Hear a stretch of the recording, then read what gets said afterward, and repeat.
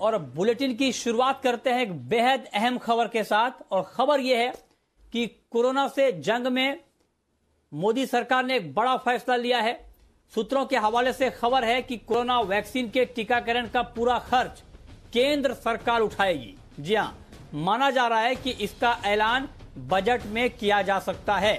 सूत्रों के हवाले से यह भी खबर है कि वैक्सीन की बड़ी खरीदारी एस्ट्राजेनेका से किया जाएगा। इस बीच पीएम मोदी 28 नवंबर को कोरोना वैक्सीन रिव्यू के लिए सीरम इंस्टीट्यूट का दौरा करेंगे, जहां पर यह वैक्सीन बनाया जा रहा है।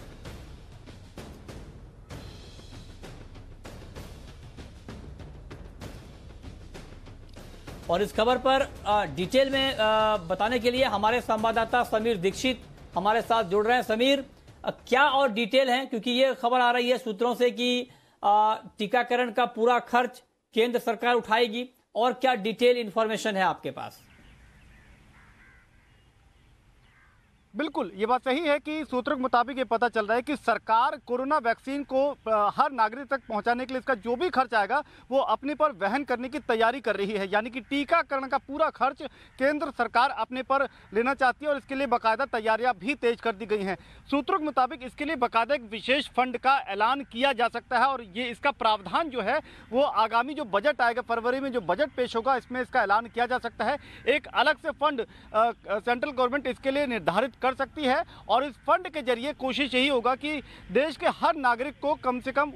हर व्यक्ति तक कोरोना वैक्सीन पहुंचाई जा सके। और इसके लिए जो खाका तैयार किया है, जो गणित इसके पीछे लगाई जा रही है, वो यही है कि अगर कोरोना वैक्सीन 500 से 600 रुपए का इसका खर्च आता है एक टीका लगाने का, और 130 करोड़ की अगर ये आबादी है, तो तकरीबन माना यह जा रहा है कि सरकार 500 अरब रुपए का ये एक विशेष फंड का प्रावधान कर सकती है, और इसका ऐलान आगामी बजट में किया जा सकता है। लेकिन ये फिलहाल योजना स्तर पर है, जिस पर सरकार बहुत गंभीरता से आगे बढ़ रही है। जबकि कोरोना टीकाकरण को लेकर के, यानी कि वैक्सीन आखिर किस स्टेज पे पहुंची और क्या कुछ और इस दिशा में और कितना प्रयास आगे किया जाना जरूरी है, इन सब स्थिति को समझने के लिए पीएम मोदी खुद 28 तारीख को पुणे के सीरम इंस्टीट्यूट जाएंगे। वहां पे इसका पूरा एनालिसिस समझने की कोशिश करेंगे कि किस स्टेज तक मामला पहुंच गया है, और ये जो कयास लगाए जा रहे हैं कि फरवरी अंत तक कोरोना वैक्सीन उपलब्ध हो पाएगी, तो ये जो कयास है ये कितना हकीकत में तब्दील हो पाएगा, इसको जानने के लिए 28 तारीख को पीएम मोदी पुणे जाएंगे और वहां पर सीरम इंस्टीट्यूट का दौरा करेंगे।